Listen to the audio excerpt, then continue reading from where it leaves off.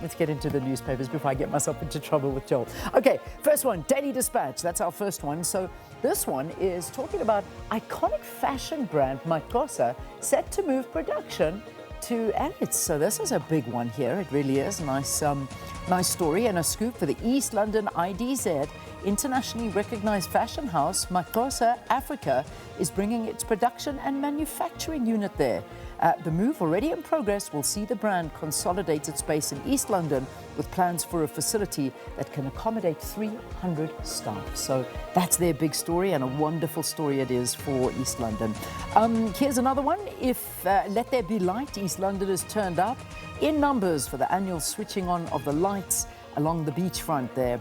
And that's 2025 soon to change to 2026. Can you believe it, guys?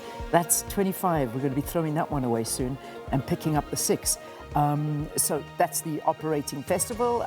Concert, orderly, rampant drinking on East London beachfront during opening of the festive season. Then it's got over 600 assault complaints against teachers in South Africa, and most are sexual. That's definitely a big story, unfortunately, putting a dampener on all the festivities around us. All right, that's the Daily Dispatch. Let's move on to the next one, which is The Witness.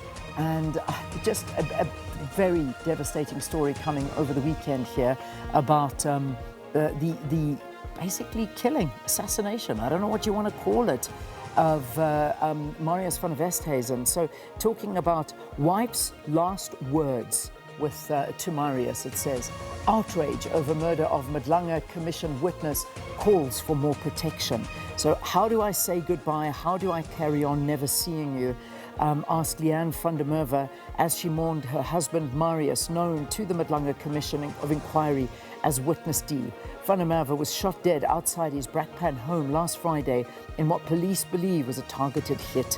It was the second attempt on his life in 2 weeks, and lots saying that he actually knew this was going to happen.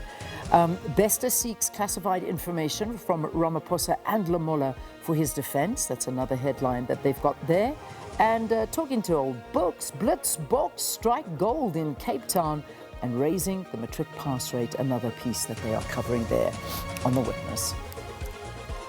Let's move on now to the Cape Argus, and I can promise you from now on to find a newspaper without the Blitzbook on the front page is going to be tough, because they are the ones stealing the front pages now. The Blitzbox and Australian women's sevens teams were crowned champions on day 2 of the 2025 HSBC Cape Town Sevens at the Cape Town Stadium yesterday. So you'll see that on the rest of the papers coming up.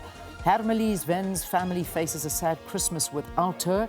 The family of 39-year-old Hermelise Ven, a Cape Town mother allegedly murdered by her boyfriend in October, faces their first Christmas without her as they struggle with grief and caring for her 2 children. Then affordable housing for Woodstock residents, a practical and necessary decision. The hundreds of occupiers in Sisi Gool House have welcomed the City Council in principle decision to dispose of the former Woodstock Hospital site, calling it the strongest opportunity yet to secure long-term, affordable rental housing for current residents and others in need. So that's one they're focusing in on. And then, of course, again on Witness D, Marius van der Merwe, CCTV shows whistleblower with killers. So that's that front page of the Argus. All right, let's move on to the front page of the Sowetan now. My family was nearly wiped out. This story, I even saw this one on international news, how bad this was. I don't know, South Africa, it's just hectic when you have stories like this. A 29-year-old man relives the horror of discovering 4 of his relatives, including a 3-year-old, were among the dead bodies of people mowed down by gunmen. And police deploy provincial detectives to hunt down assailants who shot at 25 people at a hostel on Saturday and left 12 dead. There's that photograph from Cape Town, the Sevens, told you, it's on most of the papers this morning. ANC moves to rally behind Ramaphosa. That's where Sakina is this morning broadcasting. Then you can't be forced to pay fines at roadblocks. Really? Okay, we must read that one. And then Bucks coach tips Mbokazi to shine in the US. Okay, next paper. Let's go to the Citizen now. You didn't protect us is what this one is leading with. And of course, people who knew him dispute Minister Mameloko Kubai's claim that assassinated former Kuruleni Metro Police Officer Marius van der Merwe spurned an offer of witness protection after testifying at the Madlanga Commission, where he implicated a top cop. Other whistleblowers are now living in fear. SA withdraws Palestine visa plan. Yeah, I saw this one over the weekend too. 2 Gaza flights were never a once-off, as probe reveals systematic abuse of exemption. And those are the big stories that they're covering in the Citizen.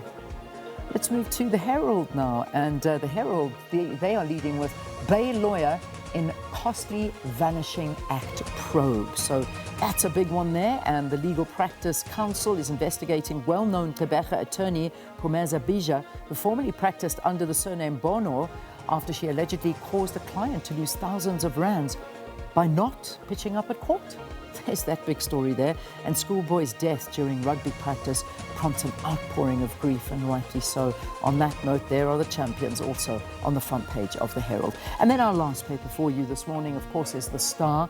And the Star going big into the CCTV footage showing Marius van der Merwe talking to his killers. The other story, Vaal University uncovering degree-selling syndicates. And let me leave it there for you this morning. On your newspapers, remember SABC News' website, sabcnews.com. We've got you covered on these stories and more. And then our app, SABC Plus.